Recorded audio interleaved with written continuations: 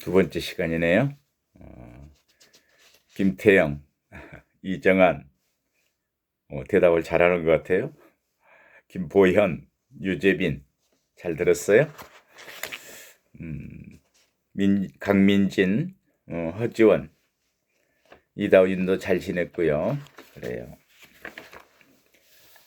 지난 시간에는 감독에 관한 이야기를 하면서 이제 한 가지를 더 이야기할 게 있어요. 지난 시간에 이어서 지난 시간에는 이제 교정시설이나 순회 점검들 완전히 상급관청의 감독을 이야기하는 거고요.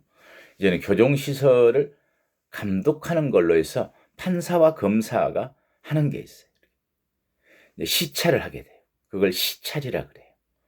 여러분들이 늘 어떤 교정 관련 시험을 보게 되면 시찰과 참관에 대한 비교 같은 게 많이 나올 거예요. 시찰은 정해진 사람이 있어요. 판사와 검사만. 뭐 때문에? 직무상의 필요로 교정시설을 살펴보는 거예요. 그걸 시찰이라 그래요. 그래서 이제 시찰은 특정 업무 수행에 참고를 위해서 그냥 가서 감독하는 게 아니에요. 검사가 하는 업무들, 공소유지랄지 또 판사가 하는 재판 업무에 참고하기 위해서 하기 위해서 아니죠. 참고를 위해서 인정된다는 점에서 상급관청의 지휘감독의 일환인 순회점검과는 구별되죠. 그런데 감독의 기능을 가지고 있어요. 여기는 시찰은 정확히 판사와 검사로 한정되어 있다. 참관하고 비교한다면은 참관은 제한이 없는 거죠. 누구든지 갈 수 있어요. 직무 관련성이 여기는 필요하죠. 중요한 건 직무 관련성이죠. 판사 검사는. 그런데 참관은 그런 부분이 필요치 않죠. 그리고 이제 소장의 허가의 부분도 시찰은 허가가 아니죠. 그래서 이제 목적은 뭐냐면 공소유지나 재판 등 관련 업무의 적정을 기하기 위해서 와서 살펴보는 거죠. 절차는 뭐냐면 판사나 또는 검사는 미리 그 신분을 나타내는 증표를 교정시설의 장에게 제시한 후 시찰부에 서명 또는 날인하고 하는 거예요. 허가받고 가는 게 아니에요. 소장은 교도관에게 시찰을 요구받은 장소를 안내하게 하고 그 시간을 시찰부에 기록한다. 그리고 시찰 전후에 시찰 온다 또 다녀갔다. 그리고 일시와 목적 인원을 법무부 장관에게 보고하고 그 결과를 시찰부에 기록해서 관리해야 되는 거죠. 이게 이제 감독 업무인데 그러면 이제 개방에 관련된 어떤 참관의 내용들. 참관은 뭐냐면은 교정의 개방화와도 관련되어 있고 교정의 홍보들, 수용자 처우의 사회화 개방화가 아니고 교정 시설에 또는 교정 업무의 개방이죠. 그래서 교정 시설의 참관은 뭐냐면은 이건 자료 바꾸고 갈까요?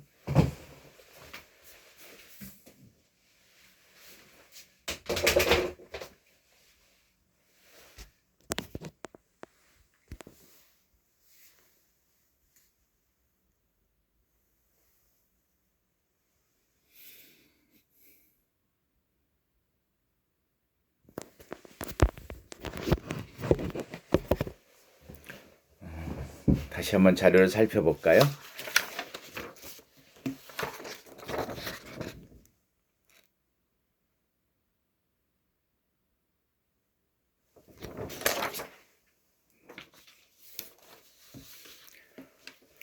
참관은 아까 시찰은 누구였죠? 검사와 판사만.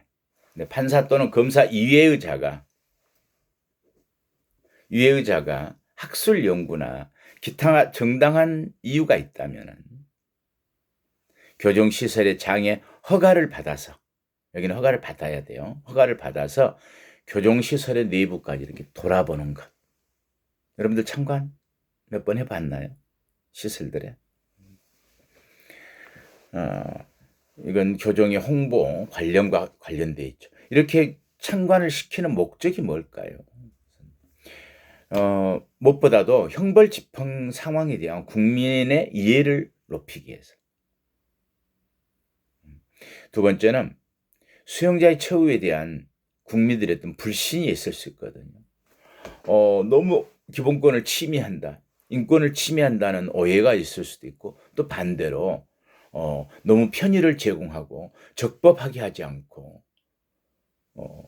뭔가 그 처우에 있어서 공평성을 잃었다, 뭐 이런 것들에 대한 불신이 있을 수 있거든요. 그런 걸 해소하려면은 직접 와서 살펴보는 거. 그리고 이제 교정이 갈수록 지역사회의 관련성을 높여가야 되는데, 이렇게 하기 위해서는 국민에 대한 홍보, 국민의 참여, 협조를 유도하기 위해서 하는 것이다.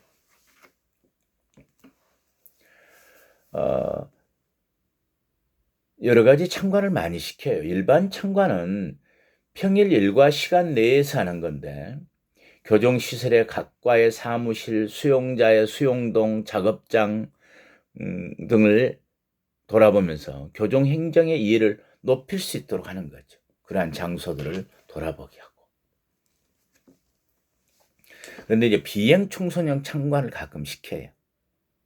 그 이유는 알겠죠? 너 이래서는 안 돼. 네 미래의 모습이 이런 모습에서는 되어서는 안 되겠지 하는 교육적 의미가 있겠죠. 비행 청소년의 참관은 소년 보호기관 등 관계기관에서 장래 선도를 목적으로 비행 청소년을 대동하고 일반 참관하는 거예요. 참관은 같은 방식으로 해요. 그런데 이제 그런 비행 소년들은 그런 기관에서 관계 직원이 이제 데리고 하는 거죠. 그리고 이제 수용생활 체험 참관이 있는데, 단기간 동안 교정시설에서 숙식하면서 입소부터 출소까지의 수용생활을 체험하도록 하는 것, 잘 시행하지는 않고 있어요. 근데 뭐 그렇게 할 수 있도록, 저도 사실은 교정 직원으로서 시작을 할 때 본인이 좀 스스로 제가 좀 신청을 희망을 했음에도 불구하고 위험성 때문에 받아들여지지 않았을까요? 그때 못했었어요. 이 부분에 대한 어떤 제한은 있는데, 목적에 따른 제한들. 뭐냐면은 참관의 목적은 학술 연구나 또는 그만큼의 어떤 정당한 이유가 있어야 한다고 그랬잖아요. 그래서 학술 연구 또는 학술 연구에 버금가는 정도의 정당성이 있을 것을 요구한다. 단순한 관광이나 호기심에 의한 참관은 불허해야 되겠죠. 사실 미결수들에 대한 참관은 잘 시키질 수가 없죠. 미결수나, 그리고 특히 여자에 대해서는 굉장히 제한적이고요. 미결수는 왜 그러죠? 그렇죠. 여러분 알다시피 무죄 추정의 원칙에 있는 사람들에게 인권 침해의 소지가 있고, 정보에 대한 문제들이, 개인 정보에 대한 관련된 문제들이 있을 수 있기 때문에 미결수들에 대한 참관은 불허해야 되겠죠. 이게 이제 대상에 따른 제한인데, 미결 수용자가 수용된 거실은 참관할 수 없겠죠. 당연히 이 사람들의 어떤 명예와 인권이 침해돼서는 안 되기 때문이다. 그리고 경찰서에 설치된 유치장, 당연히 경찰서에 설치된 유치장은 교정시설이 어디와 같은 거죠. 그렇죠. 미결 수용실과 같은 거죠. 구치소의 대용 시설이 경찰 관서에 설치된 유치장들. 항상 대용한다고는 볼 수는 없죠. 경찰에서 어떤 조사할 수 있는 그 기간 동안이 있고, 그리고 그 기간이 지났어도 구치소가 없거나 가까운 곳에 교정시설에 미결 수용실들이 없을 때는 이 법을 준용해서 참관이, 그걸 생활하고 있더라도 참관이 금지되는 거죠. 그리고 사형 확정자들, 사형 확정자가 수용된 거실은 참관할 수 없다. 왜 그럴까요? 사형 확정자는 어떤 명예, 인권, 또는 편의 이런 걸까요? 사실 사형 확정자들은 특별한 신분이긴 하죠. 생명형의 어떤 사형이 확정됐다, 선고됐다, 확정되었다. 그런데 사실은 사형이 확정된 수용자지만 사형을 하지 않으면, 실시하지 않으면 어찌 보면은 미결 상태일 수도 있잖아요. 그죠? 사형수에 한해서. 자, 이러한 시찰의 절차는 어떻게 될까요? 신청을 하고 허가를 해야 되겠죠. 신청은 교정시설을 참관하고자 하는 사람은 교정시설 참관 신청서를 작성해서 그 서로 우리가 보고 검토해야 되겠죠. 왜냐하면 단순한 호기심이나 관광으로 오면 안 되잖아요. 참관 신청서를 작성해서 소장에게 제출하여야 한다.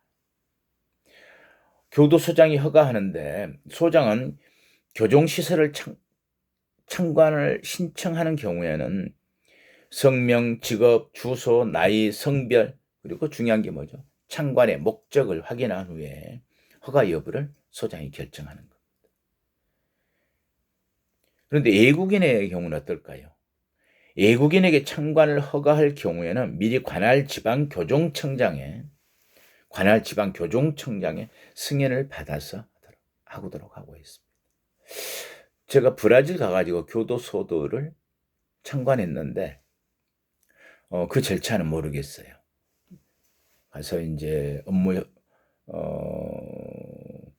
뭐랄까 국가 간의 어떤 업무 협조 이런 부분을 내 명분으로 갔었는데 그 나라의 그 교도소장들이 지방 교정청장의 승인을 받는 그런 법적 절차가 있는지는 확인은 못했어요. 그리고 이제 소장은 참관 허가를 받은 사람에게 참관할 때 주의사항을 미리 알려줘야 되겠죠. 대단히 다른 문화를 경험한 적이 있어요. 일본에 갔을 때도 굉장히 엄격하게 참관에 온 사람하고 대화나 자연스러운 어떤 것들이 없었어요. 우리는 굉장히 자유스러운 편이에요. 그런 면에서. 근데 중국에 갔을 때도 마찬가지였어요.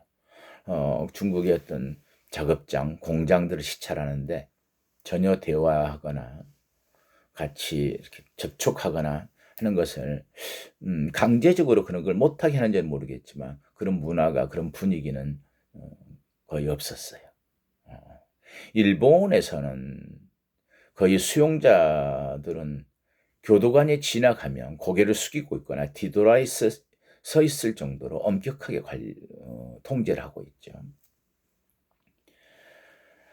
참관자가 이제 참관을 하다가 이제 문제가 되는 경우도 있겠죠. 우리는 참관할 때 늘 이제 보안상 문제가 있는 곳에 사진 촬영 같은 건 제한하고 어떤 사람 그 사람의 참관할 때 수용자의 얼굴이 나오는 경우들 이런 경우들을 제한하죠. 이제 참관자가 임의로 수용자하고 접촉하거나 그렇죠. 굉장히 위험하겠죠.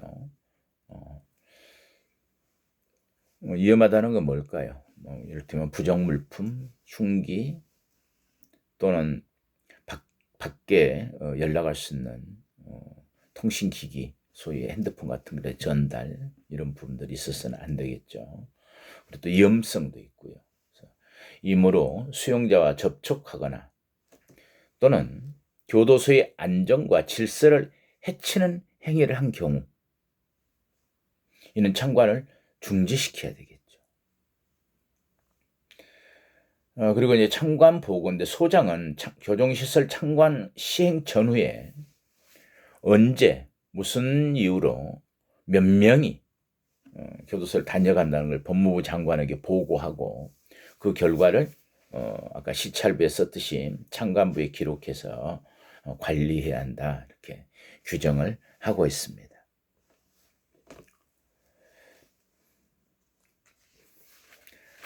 이게 우리 이제 시설의 어떤 감독이죠. 감독과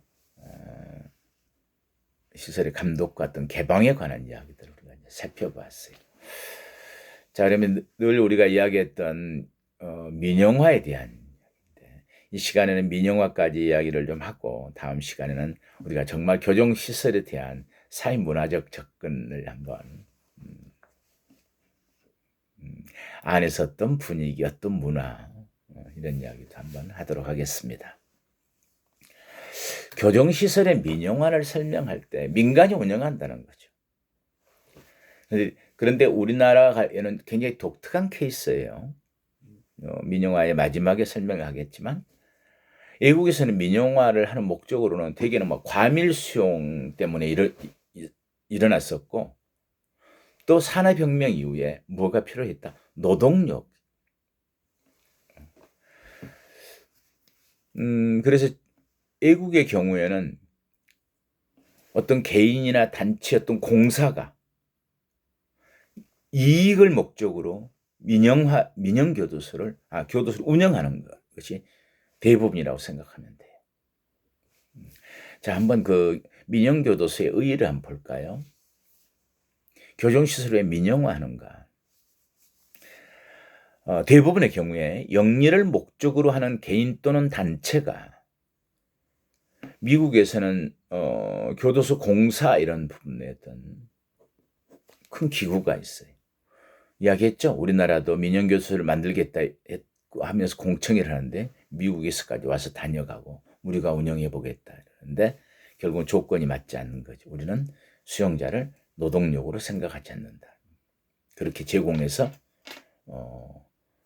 소위 어떤 영리를 목적으로 그렇게는 운영하지 않겠다라는 방침을 세웠었기 때문에요. 영리를 목적으로 하는 개인 또는 단체가 국가로부터 교도소 등의 설치 운영에 관한 업무의 전부 또는 일부를 위탁받아 운영하는 방식, 이게 미국의 대부분의 방식들, 전 세계 대부분의 방식들이 그래요.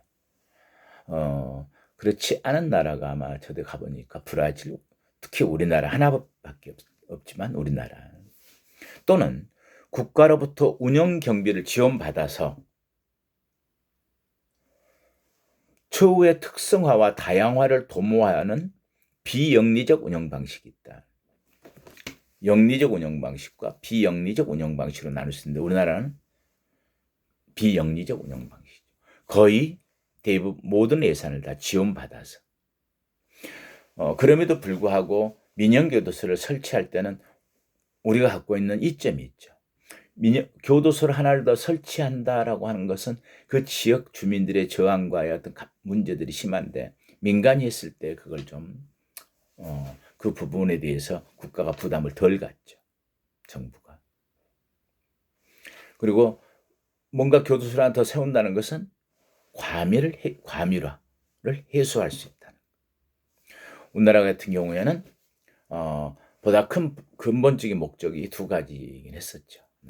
보다 더 효과적으로 운영할 수 있고 인권 침해가 없도록 운영하고, 또 국가가 운영하는 것과 경쟁을 시키고, 이 부분은 뒤에 다시 이야기하겠습니다. 근데 이제 이러한 이론적 기초가 뭘까요? 국가가 모든 걸 하던 시대에서 근대 자유주의 국가로서 국가 기능을 좀 축소하는 거죠. 민간의 부분이 확대되는 이런 것과 관련되어지겠죠. 정말 왜 민영화를 하고자 했을까?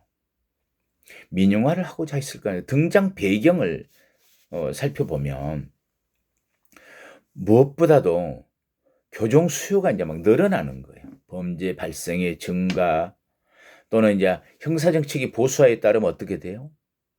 중형, 형이 장기화되면 당연히 뭐가 될까요? 교정시설의 수용 인원이 증가되죠. 그래서 과밀 수용이 되고, 이로 인해서 교정시설의 증대가 필요한 거죠. 이럴 경우에 필요성이 있습니다. 두 번째는 교정 경비 증대와 효율성 문제예요. 교정 경비가 막대하게 들어가는데 계속해서 늘어나는, 이걸 전부 국가가 지불해야 되는 우리 국민의 세금으로 운영해야 되는. 그래서 교정 경비의 증대는 교정의 효율화를 요구하겠죠. 효율적으로 운영해서 경비를 줄여야 되는. 이에 따라서는 두 가지입니다. 하나는 민간 부분의 비용으로 하자는 것과 또 어떻게 보면 민간이 운영했을 때 그 비용을 더 절감할 수 있는 분야들이 또 있어요. 그래서 소위 뭐 어떤 일을 하든 어떤 정책이나 뭘 하든 비용 편익 분석을 해야 되잖아요.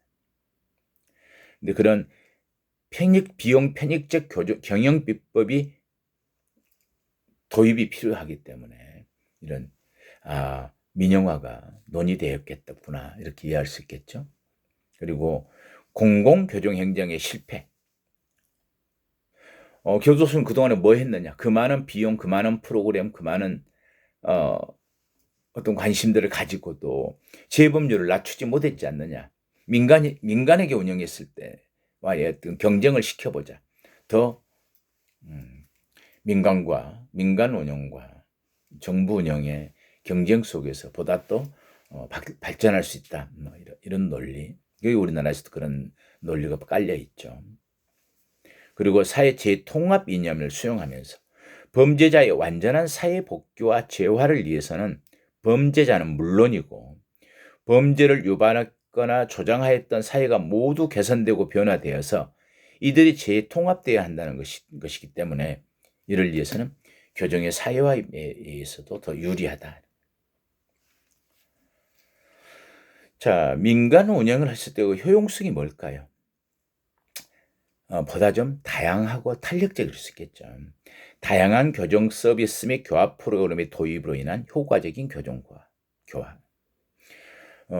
정부의 어떤 공정한 공평 또는 통일성 이런 교정 행정으로 운영되는데 민간의 어떤 독특한 분야가 들어온다. 우리나라처럼 기독교 재단에서 한다 그랬을 때는 처우의 프로그램들이 당연히 어떤 종교적인 부분들, 자원봉사자들의 활력, 소위 자매결연, 멘티 이래서 민간 교도소, 우리나라의 교도소들도 그런 자원이 풍부하다는 장점이 있어요.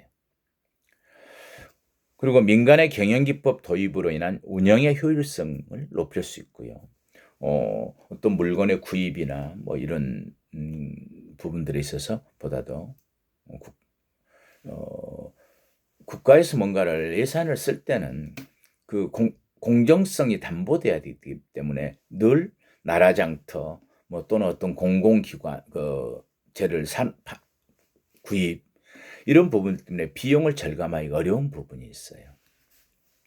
그런데 이제 민간이 운영했을 때는 그런 보다 좀 자유로울 수 있죠.